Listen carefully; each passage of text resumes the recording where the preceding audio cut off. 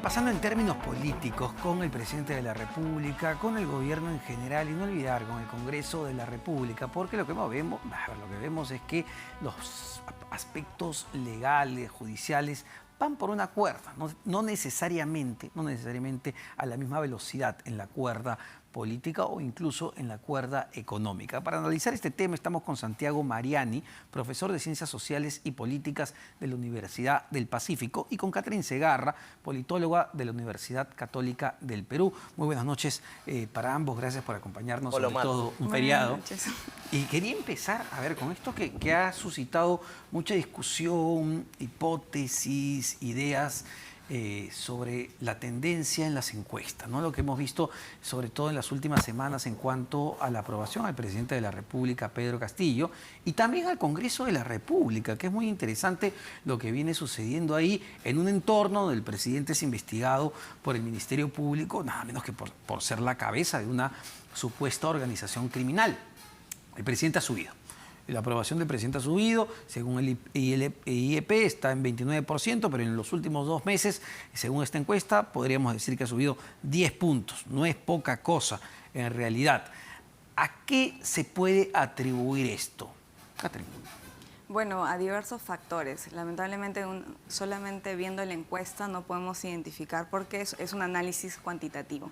Sin embargo, como dije, hay algunos factores que pueden ser explicativos. Dentro de ellos es su manera de cómo defenderse ante esas acusaciones. Está claramente victimizándose constantemente y además ataca a instituciones desprestigiadas, como la prensa, como el Congreso, como el sistema de justicia. Entonces son instituciones, como dije, desprestigiadas, en el cual él se pone en un papel en el que es víctima de ataques contra ellos.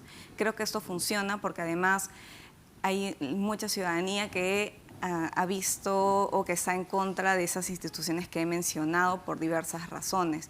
Y por otro lado es porque creo que hay un mensaje político no solo de victimización, sino también que él realza de dónde viene, ¿no? Es decir, esa posición más populista, ¿no? Que yo vengo del pueblo, yo los represento versus los otros, los enemigos, ¿no? Entonces creo que estos dos pueden ser parte de los factores que explica cómo Pedro Castillo ha ido subiendo.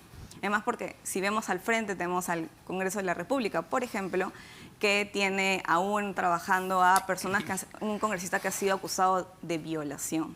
Sí, entonces, ante ello, tenemos al frente a instituciones que son altamente desprestigiadas. Ahora, y esta es una impresión, no sé si la compartirán, se le siente incluso más cómodo al presidente de la República con este discurso. Es decir, si uno compara al presidente Castillo en su intento de ser el presidente, el estadista, el dirigente, con realmente el candidato, que es lo que hemos vuelto a ver, el sindicalista, el que está en la plaza con el megáfono gritando y atacando, pues se le siente a él mucho más cómodo, se le siente a él además mucho más creíble que lo que veíamos hace algunos meses, cuando no se defendía, cuando se ocultaba, cuando no hablaba.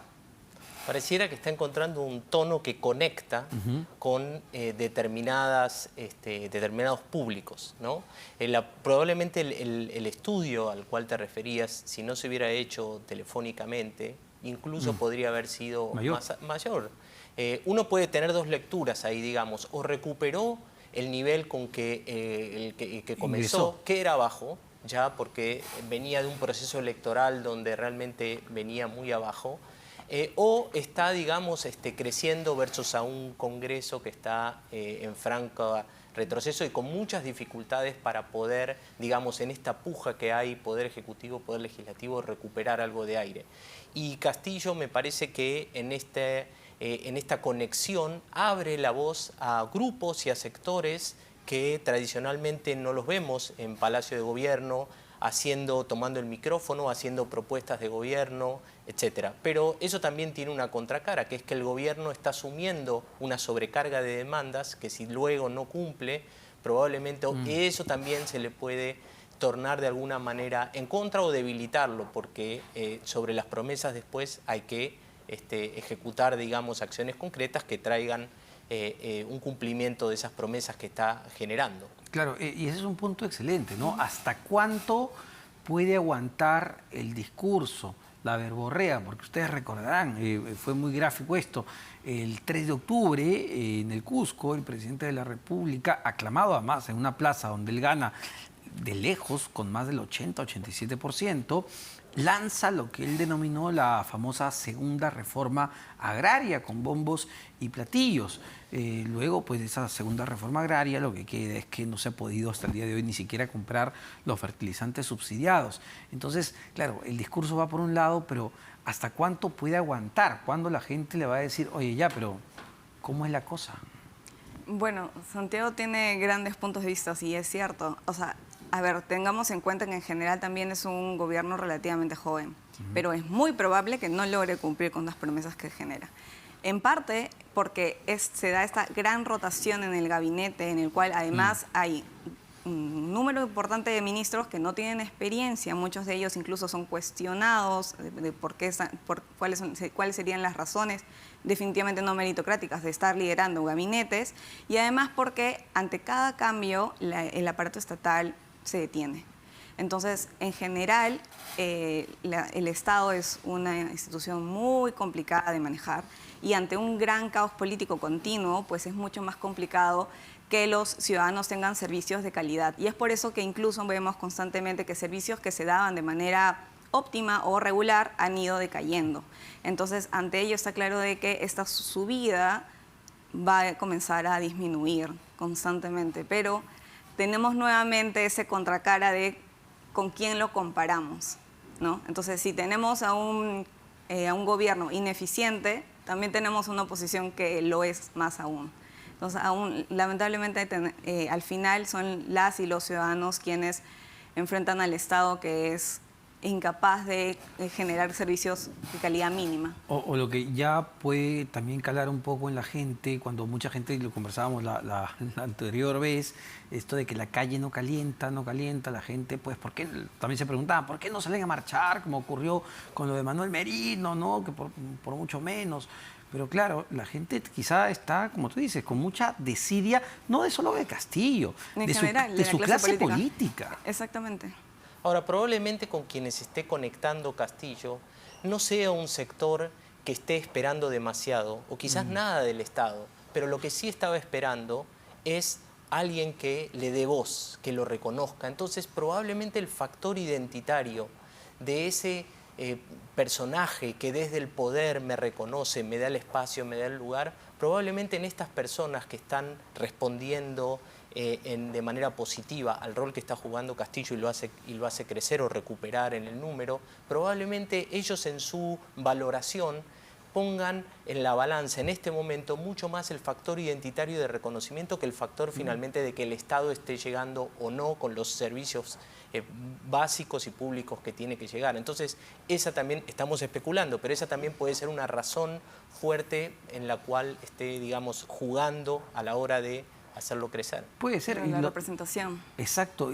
A ver, introduzco no solo el tema de representación.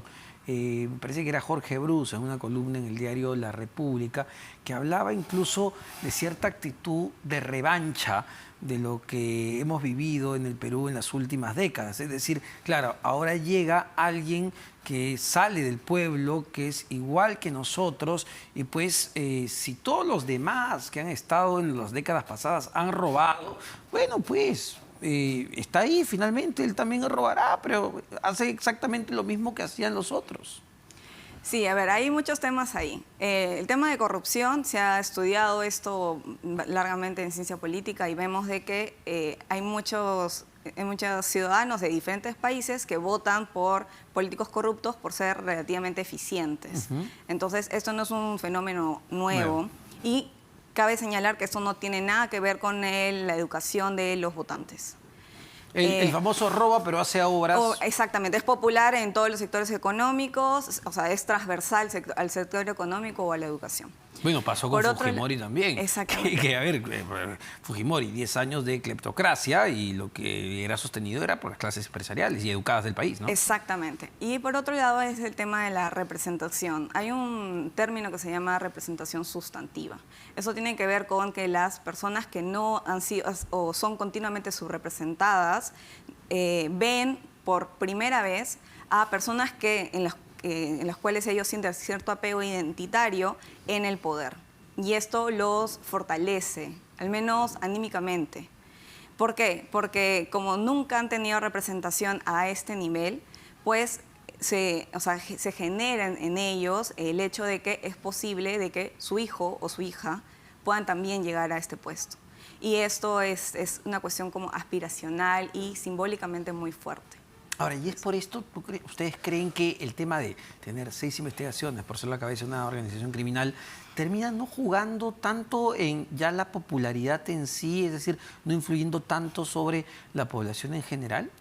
Cuando el Perú recupera su democracia en 2001, lo que vimos fue una constante en la cual los presidentes que llegaban eran presidentes con una propuesta reformista y generaban una alta expectativa, pero rápidamente traicionaban su agenda política y eran de alguna mente cooptados o jugaban el juego, digamos, del modelo neoliberal. Y estos presidentes, digamos, mantenían esa característica. Se dio en Toledo, se dio en García, se dio en Humala. Con Kuczynski ya sabíamos la agenda que traía y probablemente no haya.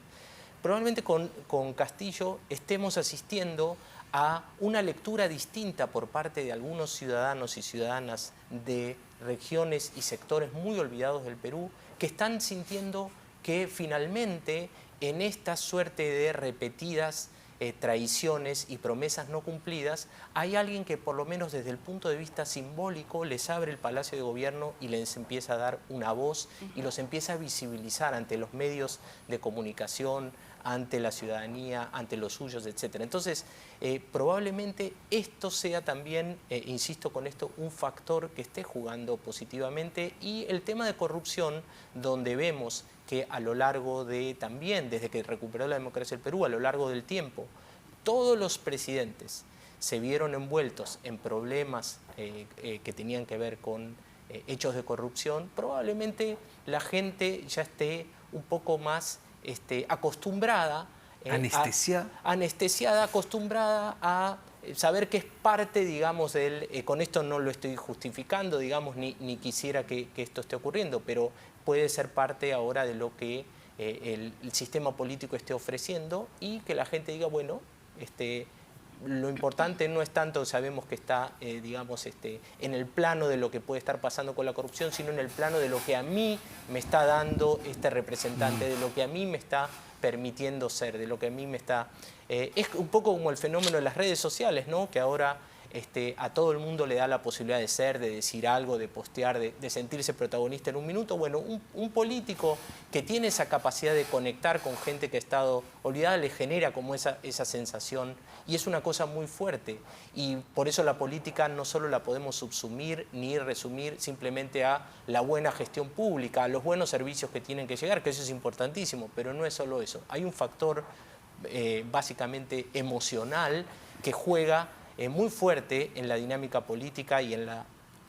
Pero, a ver, claro, es una especie de anestesia ya que tienen, no creo que solo los peruanos, sino en América, los latinoamericanos en general. En muchos países la corrupción pues está ahí a flor de piel, pero también no genera más bien este desapego, desazón, desidia con la política. Me pongo a pensar en los resultados electorales justamente del 2021, del año pasado, en la primera vuelta, donde sale pues Castillo, Keiko Fujimori, pero quien termina recibiendo el voto mayoritario de los peruanos es el voto blanco y viciado. El voto blanco y viciado fue junto más que el voto de Castillo y Keiko juntos. Es decir, más peruanos no querían votar por nadie que los votos sumados de estos dos. Y eso te dice, oye, la gente realmente no quiere nada. O no quiere nada del menú, al menos. Claro, la oferta política es bastante mala, ¿ya? Pero esto genera un problema mucho más grande que las próximas elecciones. Demos un pasito hacia atrás y pensemos, por ejemplo, en la democracia como un sistema de gobierno importantísimo y necesario. Lo que hemos visto es que la confianza en la democracia a nivel latinoamericano, según el Latinobarómetro, va a ir disminuyendo. Es decir, la gente se va sintiendo cada vez menos satisfecha con la democracia. Y esto da puerta a líderes o lideresas con un discurso mucho más populista, radical, antisistema, que señale, por ejemplo, que se van a cerrar instituciones democráticas como el Congreso y esto sea altamente apoyado. Entonces, eso es lo que a mí realmente me preocupa, más allá de estos graves problemas de representación que tienen los ciudadanos, sino cuál va a ser su posición sobre la democracia, ¿no? Si vemos que constantemente la política y los políticos no te generan ningún tipo de apoyo y que claramente tienen agendas particulares, vas sintiendo de que, bueno, no importa quién entre, tienes una visión más utilitaria y con tal que sea relativamente eficiente o te genere algún tipo de sentimiento positivo, pues apoyarás programas que sean altamente radicales. Y a ver, dices eso y no puedo evitar pensar en Antauro Humala, ¿no? Como un potencial candidato en las próximas elecciones. No sé si en el 2026 o cuando éstas se realicen, pero es un candidato justamente que juega en esos extremos, en, digamos, un discurso mucho más radical que incluso el del propio Pedro Castillo. Bueno, vamos a ver cómo evoluciona, digamos, la campaña que ya inició, en la cual ya se lanzó Antauro Humala a la presidencia del Perú. Por eso me parece que esta idea desde varios sectores de vayamos a elecciones, adelantemos elecciones, puede ser un tanto complicada porque primero que ya venimos de un proceso electoral hace un año y hemos elegido autoridades para que gobiernen 5 años, ¿no? Tenemos un Congreso que tiene que representarnos durante 5 años y un Poder Ejecutivo que tiene que...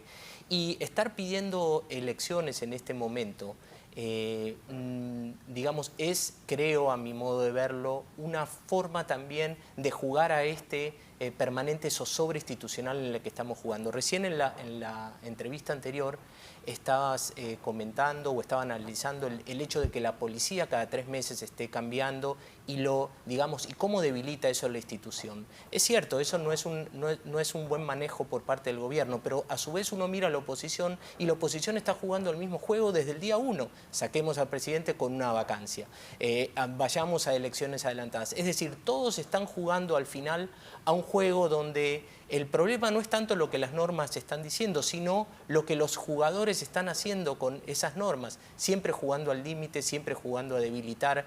Por lo tanto, en un proceso, como recién mencionaba Catherine, donde la democracia va a cuesta abajo en términos de credibilidad y apoyo de la ciudadanía, abrir, digamos, estas instancias de nuevas elecciones, de nuevos...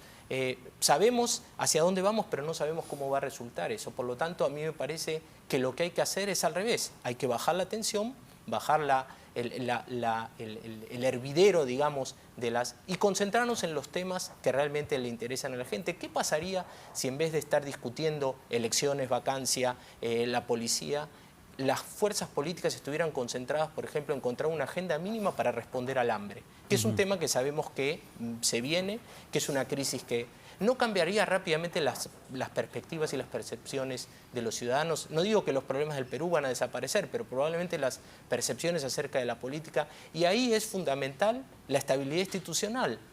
Y nos guste o no nos guste, la ciudadanía se ha expresado por un presidente y se ha expresado por un Congreso. Por lo tanto, hacer una interpretación, como venimos haciendo desde 2016, que si no me gusta el presidente o si hay indicios de corrupción, lo saco con una vacancia, interpretando que la vacancia me permite sacarlo, porque eso es lo que ocurrió con Vizcarra. Hasta ahora, ¿dónde están las supuestas sospechas de corrupción y lo que ha sucedido con Vizcarra? Ojo a ver que con Vizcarra ya quien fue su amigo cercano, Hernández, ministro de Agricultura, ya se aprobó su declaración y lo que dice Hernández es que efectivamente él le entregaba y canalizaba los sobornos para Vizcarra. Entiendo el punto de la inestabilidad política y que claro, la idea es que un gobernante dure 5 años, pero ¿qué hacemos también cuando ya los indicios de corrupción para un gobierno son pero tan evidentes que ha metido a la hija de Cariño, a la cuñada, que según testimonios de colaboradores eficaces eran los que estaban gestionando obras y donde hay pagos muy concretos con depósitos? Es decir, el punto también de la ciudadanía es, ok, lo elegí por 5 años, pero ¿tengo que aguantarme 5 años de que me estén robando en mi cara? No, claramente no. A ver, por eso hay reglas institucionales que permiten que, por ejemplo, se vaque un presidente, ¿no? Sin embargo, Yo estoy totalmente de acuerdo con Santiago en el sentido de que las elecciones no necesariamente generan una solución, porque la oferta política no cambia de la nada, no sale de políticos nuevos y mejores Sí, claro. del campo. Entonces, lo que tenemos que entender es que sí, si bien Pedro Castillo podría, en todo caso, salir del poder, ¿cuál sería entonces la renovación? Entonces, creo que tenemos una situación muy complicada en la cual es la responsabilidad de los políticos, más que los cambios institucionales, lo que necesitamos. Y esa agenda mínima que había mencionado Santiago sería excelente si no fuera porque tenemos al frente a políticos tan irresponsables que continuamente están velando por intereses personales. Y ese es el punto, solo para terminar, ¿no? El Congreso del que hablábamos, un Congreso, Dios mío, con 8% de aprobación, efectivamente, que más allá de la bulla y de las comisiones de fiscalización, valgan verdades, pareciera que tampoco les interesa irse, ¿no? Bueno, es un Congreso que no le interesa irse, es un Congreso que montó una comisión para investigar un supuesto fraude, cuando las instituciones electorales habían dicho claramente que no había ninguna evidencia de ese supuesto fraude. ¿Y la cuando la Fiscalía? comunidad internacional y la Fiscalía habían dicho que no había... Es un Congreso que gastó recursos públicos en montar y simplemente cerraron esa comisión, no encontraron ninguna evidencia y esto pasa por agua tibia. Es un Congreso que está teniendo a un supuesto o a una persona, digamos, sospechada de haber violentado sexualmente a una persona de su despacho y que sigue trabajando en el Congreso. Más de un mes. Es un Más de un Congreso mes. es un Congreso que le cerró la posibilidad a la prensa a que pudiera estar ahí adentro haciendo su labor. Es un Congreso, digamos, cuando uno empieza a mirar digamos, entonces hay que sacarlo y hay que cerrar este Congreso, aún con estas cosas digo no.